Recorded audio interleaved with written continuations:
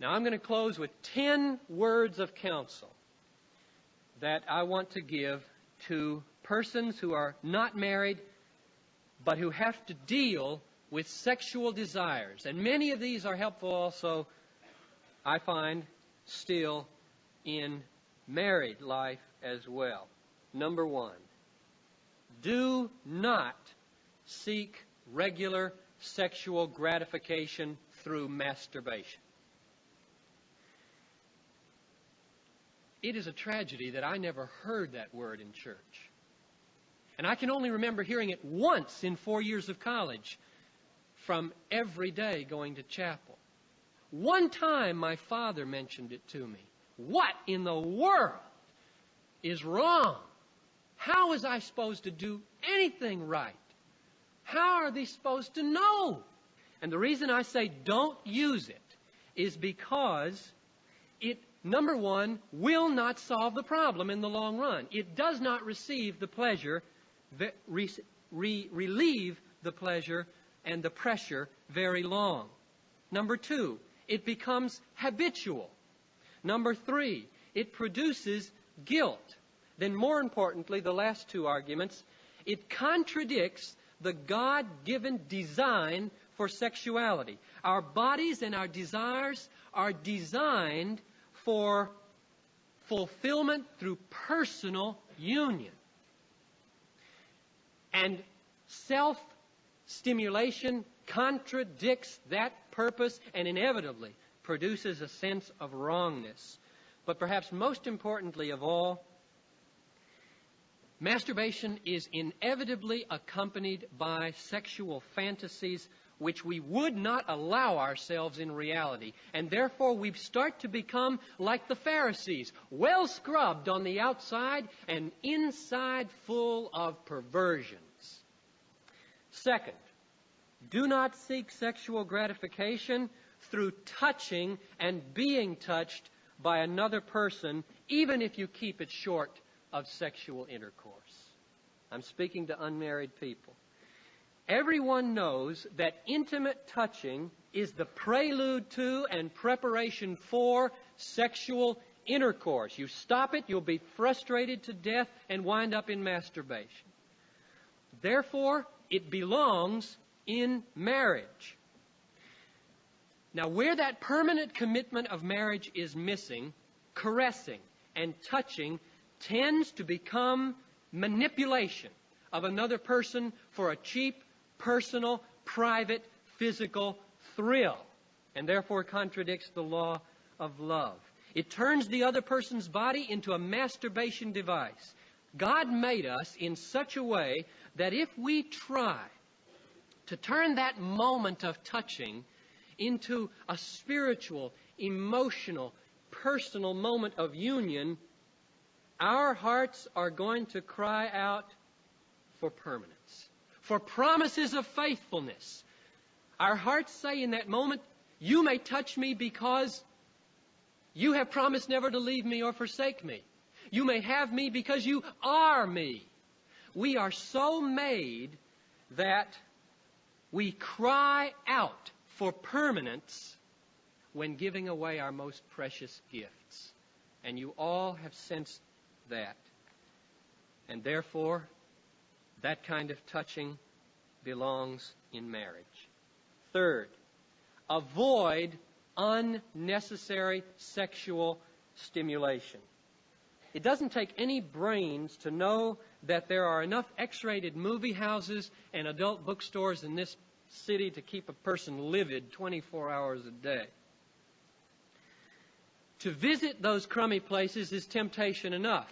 But the real test comes with what you do with the legitimate sources of sexual stimulation. What do you do with the PG movies? What do you do with Time magazine? What do you do with the newspaper and television and the drugstore counters and the rock music lyrics? That's where the test comes. Most of us Christians would not go down Hennepin Avenue to the wrong places. But oh, where we will go, what we will listen to, what we will allow our eyes to dwell upon.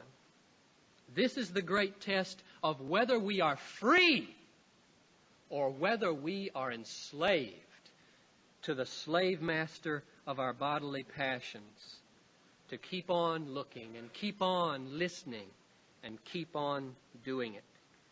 Fourth, when the stimulation comes and the sexual desire rises, perform a very conscious act of transfer onto Christ. I wish somebody had told me about this and shown me this years ago. I discovered this after I was married. You're riding down the street, and a billboard or a marquee sows the seed of sexual desire and desire for sexual gratification in your mind, and it moves through your body. What do? This is what I find very helpful still. You take that desire and you very consciously do something like this. You say, Jesus, it's there now, and I acknowledge that you are my Lord and my God. My greatest desire in all the world is to love you, obey you, delight in you. And therefore, Lord, I take this desire that has been sown in my body and I take it away from your competitor. I purge it and I give it to you, and now I desire you with that desire. And I thank you for liberating me from the bondage of sin. It is remarkable of how much power we can gain over the direction of our desires if we go on to number 5, namely, pray. Pray that God will give you in ever-increasing strength that love to Him, that desire to know Him and obey Him above all else. I read a sermon by Thomas Chalmers, an old Scottish preacher, once, entitled The Expulsive Power of a New Affection. The title's just stuck because it's so good. The most effective way to get rid of a desire that you don't want but you have is to recognize that it's there, admit it, and push it out with a new one. You can't get rid of it really any other way. Not effectively. Remember, Jesus talked about getting the heart clean of one devil. You sweep it nice and clean, it stays empty, and boom, 7 more come back. 6th, bathe your mind in the Word of God every day. Jesus prayed for His disciples, sanctify them in the truth. Thy Word is truth. Truth sanctifies. There is nothing that renews the mind and the heart and enables it to assess things the way God assesses them than regular meditation on the revelation of God in the Bible. The person who does not take up the sword of the Spirit is going to lose in the battle for his body. 7, keep yourselves busy. Very simple advice. Keep yourselves busy. And when there is need for leisure, seek your leisure in things that are, to quote Paul, pure, lovely, gracious, excellent, worthy of praise. Idleness in a society like ours is asking for trouble. It is much harder for sexual temptation to get a foothold in our lives when we are busy. Very easy for it to get a foothold when we are dawdling and letting our minds run to and fro. 9.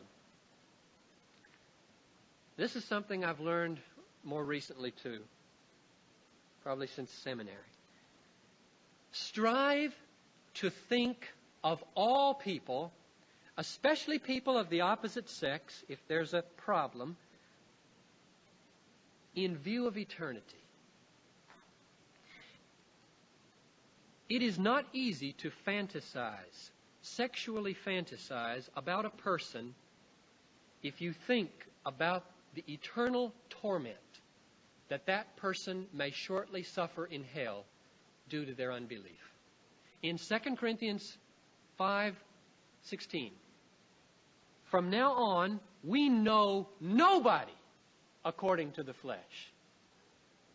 That means we know everybody from God's perspective. That'll clean up your mind in a hurry. That'll put a big, strong fence, especially you guys, about abusing the females among whom you function. And finally, number 10, resolve to seek the kingdom first. And all these things, all the sex that you need, will be added to you. That may be a spouse. It may not be. It may be the grace and the freedom to be single in purity and joy and contentment. That's up to God. Ours is to seek the kingdom first,